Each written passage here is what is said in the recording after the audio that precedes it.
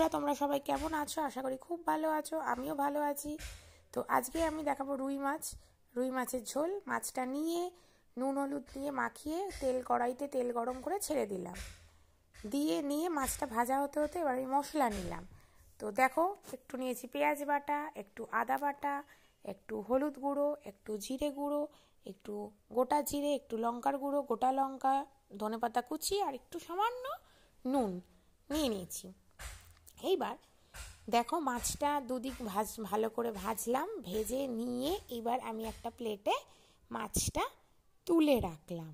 তুলে রাখার পর এবার আলু আগে থাকতে কেটে আমি সেদ্ধ করে রেখে দিয়েছি। সেই সেদ্ধ আলু আমি কড়াইতে ছেড়ে একটু সামান্য নুন আর সামান্য একটু হলুদ গুঁড়ো দিয়ে ভাজা ভাজা করছি। তো সেটা এবার ভাজছি।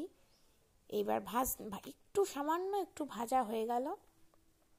এইবার ভাজা হওয়ার পর আমি এখানে দেবো একটু ফোড়নে কি দেবো দেখো, ফোড়নে দেবো একটু সামান্য একটু গোটা জিরে, আর দেব হচ্ছে একটা লঙ্কাকে হাফ করে নিয়ে দুটুকরো লঙ্কা দেব। দেওয়ার পর এবার একটু পেঁয়াজ বাটা দেব, মানে পেঁয়াজ ঘষে নিয়েছি, সেই ঘষা পেঁয়াজ আর আদা বাটা এই দুটো দিয়ে এবার ভালো করে একটু নাড়াচাড়া করে নেব। নাড়াচাড়া করে নিয়ে একটুখানি ভাজা ভাজা হয়ে গেল। এইবার আমি দেব এর মধ্যে আমার আগে থাকতে যে মশলাগুলো রেখেছি সেই মশলাটা। তো প্রথমে একটাই মাছ, যেহেতু খুবই পরিমাণে কম মশলা দিতে হবে, ঝোলও অল্প, তো লঙ্কার গুঁড়ো দিয়েছি সামান্য, আর সামান্য একটু জিরে গুঁড়ো দিয়েছি, আর একটু ফোঁটা নুন দিয়েছি। তো আলুতে আগে নুন দিয়েছি ভাজায়, আবার এখানে একটু নুন দিলাম।